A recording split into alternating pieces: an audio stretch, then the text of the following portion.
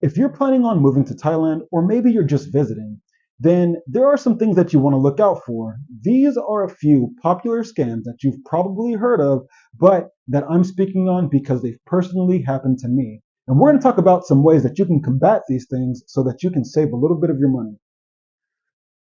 Right out the gate, no pun intended, coming from the airport, that's going to be when you probably run into your very first scam. I'm speaking from personal experience. Arriving in Bangkok, there's a machine, you click the machine, it prints you out a ticket, and it tells you which one of the line of taxis that you're going to go to.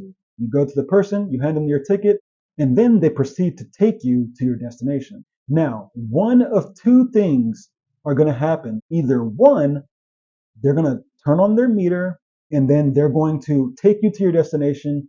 Everything's fine. Or two, they're going to straight up give you a price and they're not going to involve the meter at all. Now, there could be one of two reasons why they would do the latter. It could be either one, because they've already been to this destination multiple times and they already understand how much it's going to cost, or two, they're trying to get a little bit of extra money from you because they know that you don't know any better.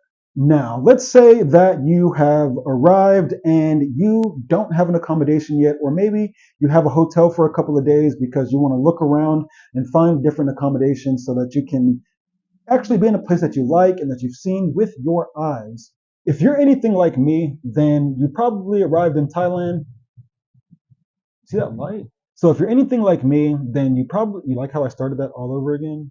But anyways, if you're anything like me, then you probably arrived in Thailand, maybe without having a place to stay, and because you wanted to look around, see some places in person, to make sure that you actually like the place that you were going to be renting. And that's where we're going to run into another popular scam. Now, to call this one a scam is a little because it really just depends. When it comes to accommodation here, there is a negotiation process where you don't have to necessarily pay the given price. And a lot of the people that work for these agencies work for the owners of these properties. So there's a little bit of leeway because depending on how much they rent it out for will determine how much they personally make for that transaction. It is very popular that a lot of these accommodations, when you deal with them, whether that's on Facebook Marketplace or if you're dealing with an agent in person, they're going to give foreigners a different price than the one that they give Thai local. When I was looking for the place that I wanted to stay, and before I landed on this one,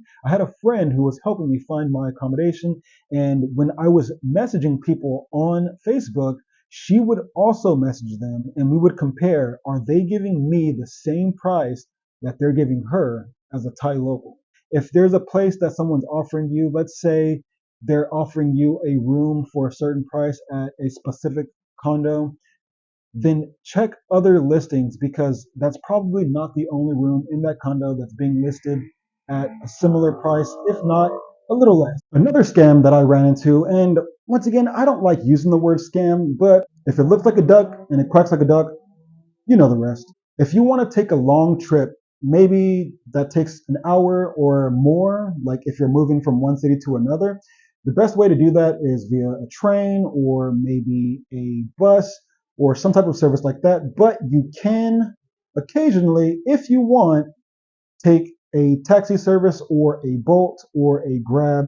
When I first came to Thailand, I used a rideshare app to get myself from Pattaya, Thailand to Bangkok, which is about an hour and a half to 2 hour drive. I ordered this via the app and was accepted via the app. But whenever my driver has showed up, he told me, I have someone else that I'm going to drop you off to and they can take you, but it's going to cost this much instead of the amount that it showed on the app. Me, being the nub that I am, and I was kind of in a rush and I needed to make it happen, I accepted it. It was a little weird, but it cost me a little bit more than it would have if I would have just did it the right way.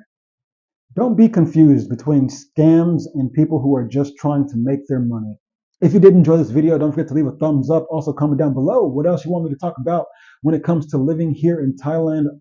If you haven't already, please subscribe. We are very close to 800 subscribers. I've been losing more than I've gained, so it would be very helpful if you subscribe. I'm still trying to figure things out. I'm new to YouTube.